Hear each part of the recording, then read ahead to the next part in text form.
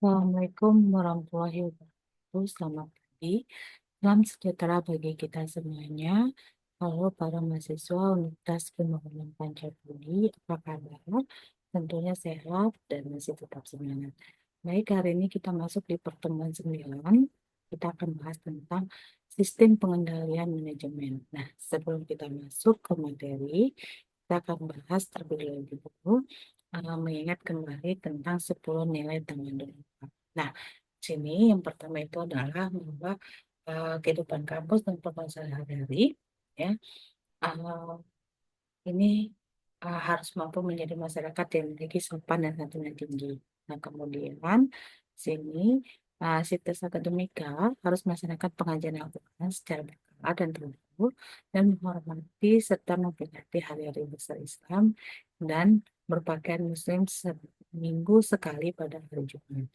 Nah, ketiga, Sitpres Akademika harus mengamalkan piagam Pancabudi, Mutiara Hikmah, 7 nilai dasar yayasan, kebijakan mutu, visi dan misi, serta semboyan lengkap yang diterapkan dalam proses belajar dan mengajar. Nah, keempat, Sivitas Akademika mengamalkan kampus bersih, asri, dan lestari yang didasarkan atas pemahaman tentang budaya peradaban bersih dan budaya peradaban yang energi. Nah, yang kelima adalah bahwa Sivitas Akademika dalam melakukan pekerjaan dan pelayanan wajib melaksanakan service excellent. 3S, senyum, sapa, dan salam, serta wajib melaksanakan etika berkomunikasi yang baik antara pegawai, mahasiswa, dosen, dan pimpinan. Oke, nah yang keenam, Universitas Pembangunan Pencabudi memiliki warna-warna kebesaran yaitu putih, kuning, ya, biru, coklat, hijau, merah, dan ungu. Nah, di sini wajib menggunakan dan melestarikan seluruh ornamen artefak ya dalam penataan lingkungan, bangunan, ya, ruangan, baju, jaket alma mater, toga, dan pakaian-pakaian kebesaran lainnya, serta paket cedera. Keempat, yang beralasan kepada budaya, kearifan lokal, serta memiliki nafas dan warna keislaman. Nah, kemudian yang ke-8 melestarikan istilah dan makna budaya dan menghargai para tokoh yang berjasa pada UPAP, di mana menambahkan pada penerimaan ruang-ruang di seluruh kampus. Nah, yang ke-9, seluruh sivitas akademika dalam melakukan segala tanggung jawab yang diberikan kepada setiap pegawai wajib ya melaksanakannya dengan sebaik-baiknya dan memiliki sifat mandiri serta bersedia memiliki kemampuan diri ya, melalui pelatihan dan penguatan keahlian yang berwawasan internasional. Nah, ke-10 itu adalah uh, lebih mensosialisasikan dan memasyarakatkan serta menyatukan semua tekad dalam kepala tempat sebagai kampus Tamadun Mandiri, maka ditetapkan sebagai logo Tamadun Mandiri sebagai salah satu. Oke, nah visi dari Universitas Pembangunan Pancabudi yaitu adalah menjadi perguruan tinggi swasta yang terbuka, berbasis religius dalam mengembangkan tech yang bermanfaat bagi kemaslahatan umat. Nah, sedangkan visi dari prodi akuntansi itu adalah menghasilkan lulusan yang unggul di bidang ilmu akuntansi berdaya saing pada tingkat nasional dan internasional untuk kemaslahatan umat. Oke, nah misi dari Universitas Pembangunan Pancabudi yaitu adalah melaksanakan pengabdian sesuai dengan piagam Pancabudi, mengabdi kepada Tuhan yang Maha Esa, negara, nusa, bangsa, dan dunia. Kedua, mengembangkan iptek berdasarkan Al-Quran dan hadis, kemudian mencerdaskan kehidupan bangsa ya dengan menggali sumber-sumber ilmu yang berfaedah dalam bidang iptek dan iptek. Yang ketiga adalah melaksanakan pendidikan, penelitian, dan pengabdian yang untuk bangsa dan negara Republik Indonesia yang mutunya dapat bersaing secara nasional dan internasional dalam fitrah pengabdian terhadap Allah Subhanahu wa Ta'ala. Nah, keempat, mendorong fungsi kekhalifahan ya dalam mewujudkan kebahagiaan kehidupan manusia dalam dimensi dunia dan akhirat. Nah, kelima, misinya yaitu melestarikan sumber daya alam dan lingkungan serta kehidupan sesuai dengan syariat Islam. Oke, misi dari prodi akuntansi yaitu adalah menjaga kualitas pendidikan, penelitian dan pengabdian masyarakat di bidang akuntansi, meningkatkan sumber daya manusia dosen seperti kualifikasi akademik, sertifikasi kompetensi internasional, kemudian jabatan akademik akademik, sertifikat profesional, ya, kemudian ada rekognisi tingkat internasional di bidang ilmu akuntansi. Nah, kemudian meningkatkan sarana dan prasarana sesuai kebutuhan ilmu akuntansi berstandar internasional. Selanjutnya, yang terakhir itu adalah menjalin kerjasama secara nasional dan internasional sesuai bidang ilmu akuntansi. Baik, selanjutnya ada nilai 7, ya, dasar nilai yayasan. Yang pertama, menjaga kemurnian akidah tauhid dan melaksanakan syariat, bersyukur, bersukacita dan tidak mengeluh, rendah hati, sederhana, jujur apa adanya, memaafkan dan tidak marah, berpikir positif dan berprasangka baik dan tidak bergunjing, berbuat baik, mengubah dan respek, berempati dan memberikan solusi, bukan mengkritik atau mencela, patuh kepada pimpinan dan menaati peraturan. Oke. Nah, budaya Unpad di sini yaitu adanya budaya peradaban bersih dan budaya peradaban hemat energi.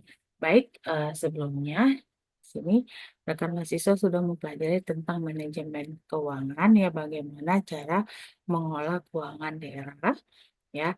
Kemudian tentang audit sektor publik, ya, di sini membahas tentang langkah-langkah dalam melaksanakan pemeriksaan keuangan daerah, dan ketujuh adalah analisis laporan keuangan publik, yaitu sini membahas tentang kinerja keuangan pemerintah, ya.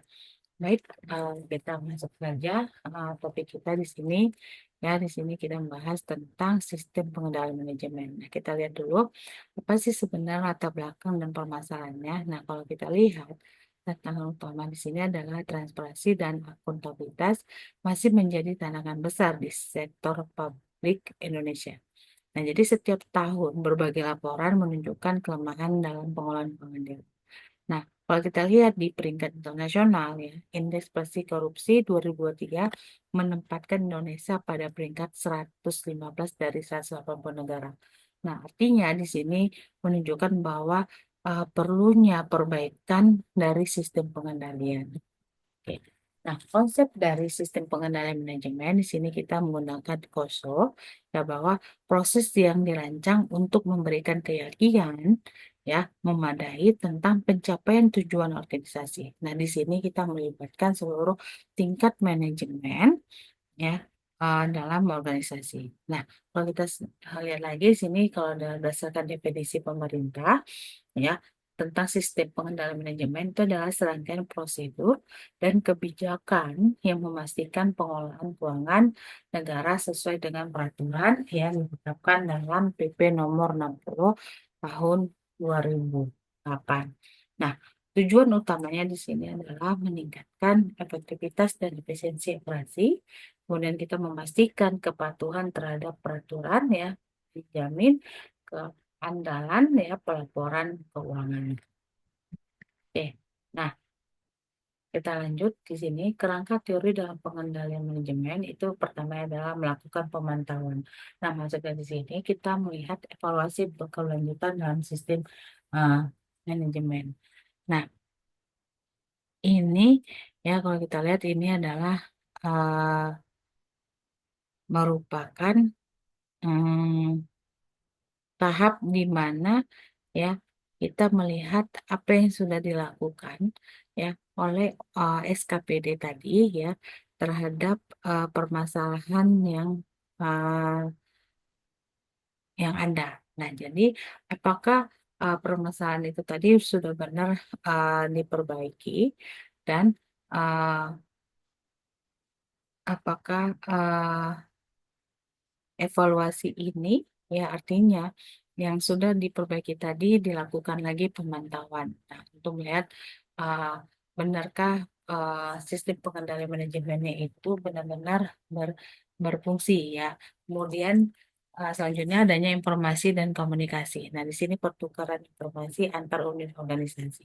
Nah, jadi antar SKPD harus saling memberikan informasi yang terkait dalam sistem pengendalian tadi, sehingga uh, permasalahan itu tadi bisa diselesaikan dengan baik.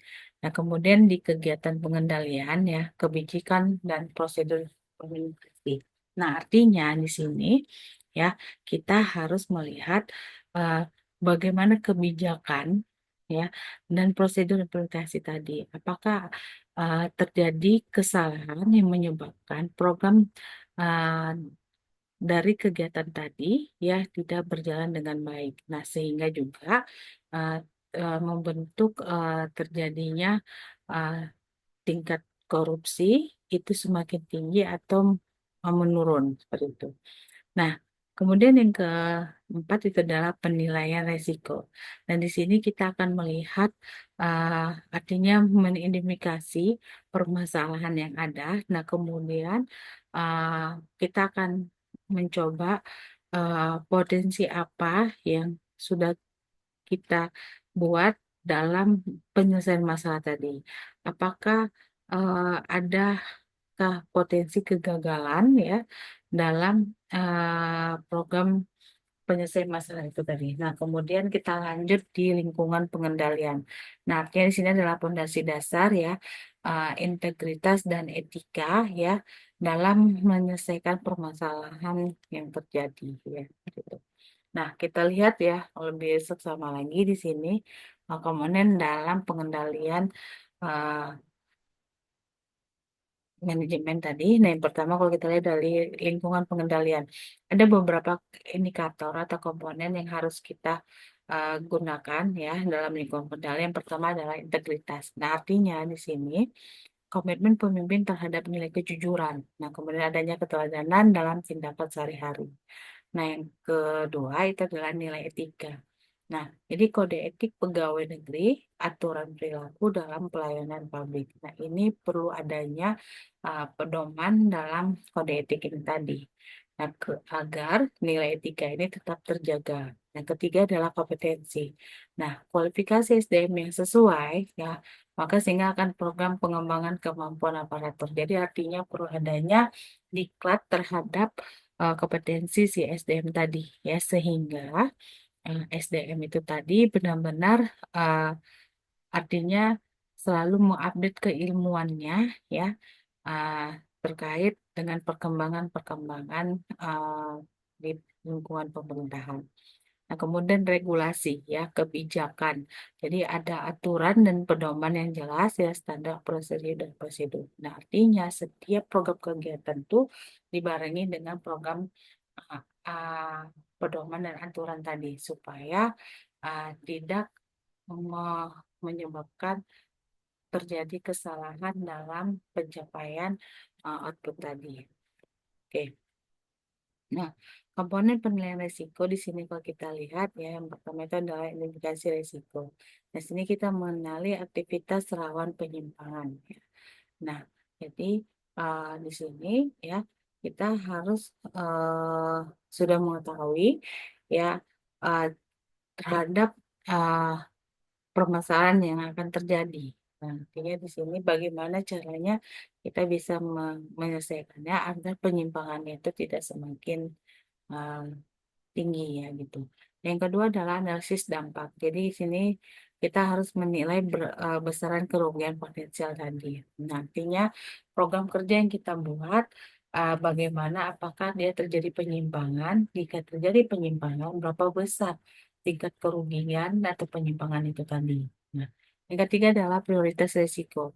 Nah, di sini kita harus menentukan urgensi penanganannya. Bagaimana ya jika ternyata kerugian yang didapat itu tidak terlalu besar, tapi kita bisa menangani uh, kerugian itu tadi ke program yang kita lakukan agar tidak memperoleh kerugian baik kecil ataupun ini. Jadi artinya bisa kita uh, memperkecil ya permasalahan itu tadi. Yang keempat adalah mitigasi. Jadi menyusun strategi pencegahan. Nah, jadi uh, kita akan melakukan berbagai strategi pencegahan ya. Di strategi pencegahan di sini adalah adanya keberlanjutan. Jadi kita melakukan strategi pertama. Nah, kalau ternyata terus kita evaluasi kalau ternyata itu ternyata berhasil menyelesaikan permasalahan tadi, ya maka artinya strategi pencegahan itu tuh tetap juga berhasil. Gitu. Oke. Nah, komponen dalam kegiatan pengendalian di sini pertama adalah verifikasi anggaran. Nah, artinya bahwa kita uh, dalam pemeriksaan kesesuaian rencana dan analisis keuangan yang dilakukan sebelumnya, selama dan artinya selama dan sesudah kegiatan. Jadi perlu adanya pemeriksaan terhadap anggaran yang sudah kita lakukan, ya seperti itu. Ya. Kedua yaitu adalah audit internal. Nah, pemeriksaan ini perlu dilakukan oleh inspektorat ya ataupun SPI ya. Di sini adalah memberikan umpan balik untuk perbaikan sistem ataupun artinya adalah perbaikan sistem uh, s- yang akan dilakukan oleh PD tadi. Nah, yang ketiga, perlunya audit eksternal. Nah, audit eksternal sini adalah pemeriksa oleh BPK atau auditor independen. Nah, sini akan menghasilkan opini terhadap laporan keuangan yang dihasilkan ya, seperti itu. Nah, yang keempat adalah teknologi pendukung. Nah, di sini aplikasi e-budgeting Jakarta telah mengurangi kebocoran anggaran hingga 20%. Jadi ini akan memudahkan pelacakan aliran dana ya, gitu. Jadi dengan digital tadi kita bisa mengetahui uh, problem permasalahan terhadap kebocoran anggaran. Oke, baik kita lanjut ya. Di sini kita bahas tentang sistem informasi dan komunikasi. Nah, ada empat yang harus kita pahami ya dalam sistem informasi dan komunikasi. Yang pertama itu indikator adalah pengumpulan data. Nah, kita akan mencari data transaksi keuangan dan kegiatan orang. Apa saja yang dilakukan ya berdasarkan penyusunan anggaran yang sudah dilakukan.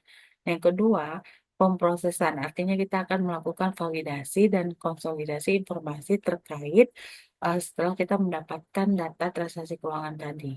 Nah, setelah kita melakukan validasi tadi, maka kita lanjut ke pelaporan, yaitu adalah penyajian dalam format yang mudah dipahami, ya sesuai dengan artinya panduan yang sudah dibuat, ya.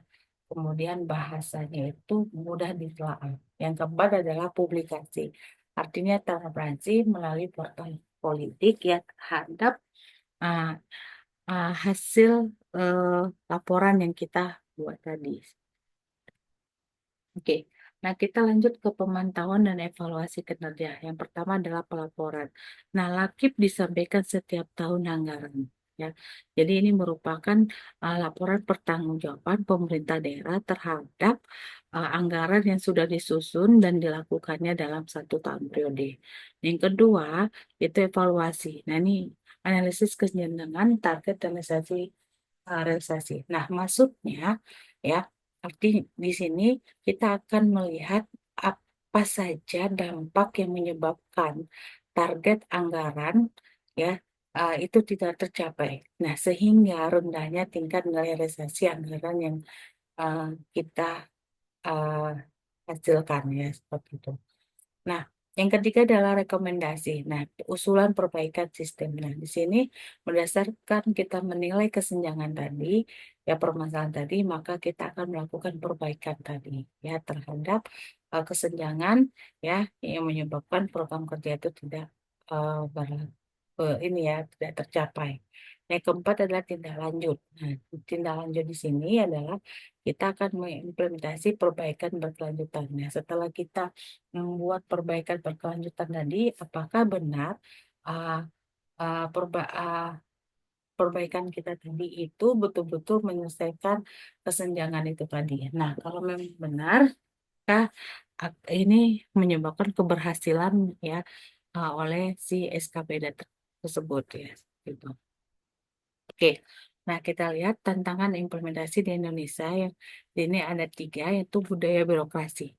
Nah jadi artinya resistensi terhadap perubahan ini masih tinggi, jadi orientasi pada formalitas daripada substansi. Jadi pola pikir uh, ini antar instansi. Nah ya, kemudian keterbatasan SDM, kurangnya tenaga ahli di bidang audit dan pengendalian. Nah, sehingga di sini distribusi kompetensi tidak merata antar daerah. Ini yang menyebabkan akhirnya sistem pengendalian manajemen di lingkungan pemerintah daerah itu tidak rata secara menyeluruh.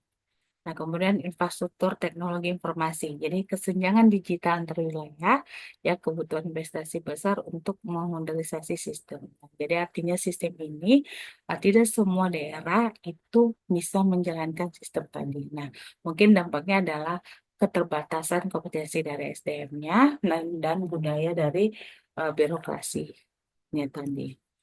Nah, kita lihat dalam studi kasus pemerintahan di Kota Surabaya, ya, katanya ada 30% peningkatan efisiensi, pengurangan birokrasi dan waktu pelayanan. Nah, kemudian 22 di sini adalah aplikasi e-government terintegrasi dalam satu sistem dan 99 persen peringkat inovasi, ya, artinya top 99 inovasi pelayanan publik 2022. Nah, adapun rekomendasi terhadap materi kita di sini adalah perlunya penguatan komitmen pimpinan, ya, bahwa artinya pimpinan harus menjadi teladan integritas, kebijakan harus konsisten dan berkelanjut, dan kemudian sanksi tegas bagi pelanggaran. Yang kedua, untuk peningkatan kapasitas SDM yang diperlukan di sini adanya pelatihan, ya, khusus manajemen risiko dan audit, rekrutmen tenaga ahli di bidang keuangan dan teknologi informasi, serta sertifikasi profesi pengawasan. Yang terakhir, ketiga adalah informasi teknologi. Nah, artinya dengan integrasi antara sistem dan database, pengembangan aplikasi yang monitoring real time, yang kemudian ada penyediaan infrastruktur memadai di seluruh wilayah. Oke, baik. Di sini ada beberapa artikel yang mengenai isu sistem pengendalian manajemen. Silakan rekan mahasiswa mencari judul artikel ini dan kemudian dibaca dan silakan untuk mereviewnya terkait apa permasalahan teori yang ada terhadap permasalahan tadi, ya bagaimana dia membuat, ya, eh, penyelesaiannya, ya, terhadap hasil penelitian dan pembahasan dan serta sarannya. Baik, demikian materi kita hari ini. Saya akhiri. Assalamualaikum warahmatullahi wabarakatuh. Selamat pagi.